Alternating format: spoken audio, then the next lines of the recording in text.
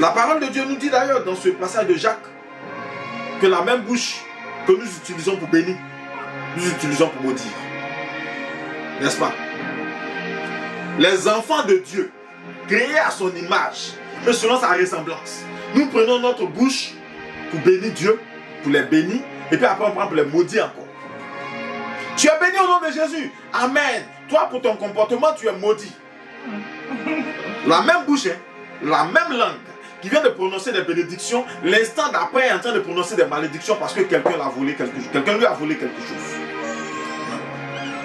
Toi qui as volé mon argent, là, si tu n'as jamais mangé sel, si tu n'as jamais mangé piment, si tu n'as jamais marché sur la terre, c'est que tu es sauvé. Mais si jamais, pour venir prendre mon argent, tu es passé par tous ces éléments, je te maudis aujourd'hui. Pourtant, l'instant juste avant, on était en train de dire, oh, non, mon frère, toi qui es béni, hein? Est-ce que vous voyez un peu? Vous voyez un peu? C'est par là qu'on attrape les bébés spirituels. Oui. C'est là qu'on attrape les bébés spirituels. Parce que quelqu'un qui a de la croissance spirituelle, quelqu'un qui est toujours proche de Dieu, n'a pas le temps de maudire. Il n'a pas le temps de maudire. Il ne maudit pas l'homme. Quand on sait bien que Dieu lui-même, qui est Dieu, qui a créé l'homme, est capable de maudire l'homme. Mais quand l'homme pêche, Dieu ne maudit pas l'homme, mais Dieu maudit la terre. Est-ce que vous comprenez un peu? Amen. Combien vous voulez qu'on aille prendre le passage encore? C'est un passage dont on a trop parlé. Quand on parle le livre de Genèse, après le péché de l'homme, Adam et Ève, dans le jardin d'Éden, quand Dieu fait tomber la sentence, il ne maudit aucun d'entre eux. Il ne les maudit pas. Le seul qui maudit, c'est le serpent. Parce que le serpent n'est pas à son image. Mais ceux qui sont à son image, là, il ne les maudit pas. La preuve, il dit à l'homme, à cause de ce que tu as fait là, je maudis la terre. Vous voyez?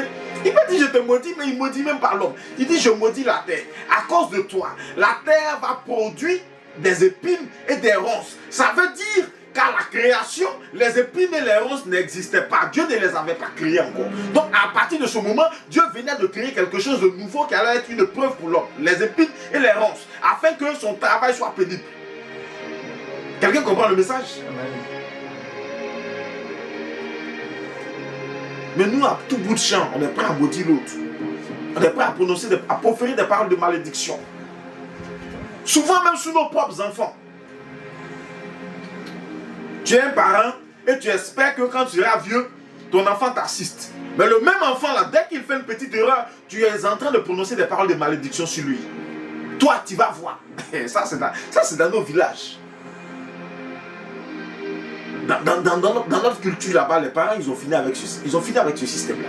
C'est-à-dire quand tu fais quelque chose et puis il est énervé, il te regarde. Et puis il dit Akawanare. C'est-à-dire quand tu vas grandir, tu vas comprendre. Mais c'est quoi qu'il va comprendre le vieux? Dis-moi en même temps. On se comprend? C'est une malédiction implicite. C'est-à-dire pour dire quand tu vas grandir là, tu vas connaître la souffrance et tu vas comprendre la vie.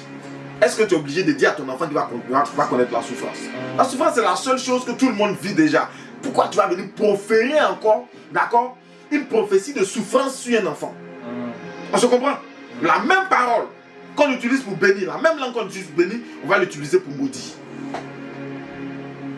Donc le deuxième élément qu'on prend pour déterminer la différence entre un bébé spirituel et un adulte spirituel, c'est-à-dire quelqu'un qui a de la croissance spirituelle, c'est le débit de sa langue dans les bénédictions et les malédictions.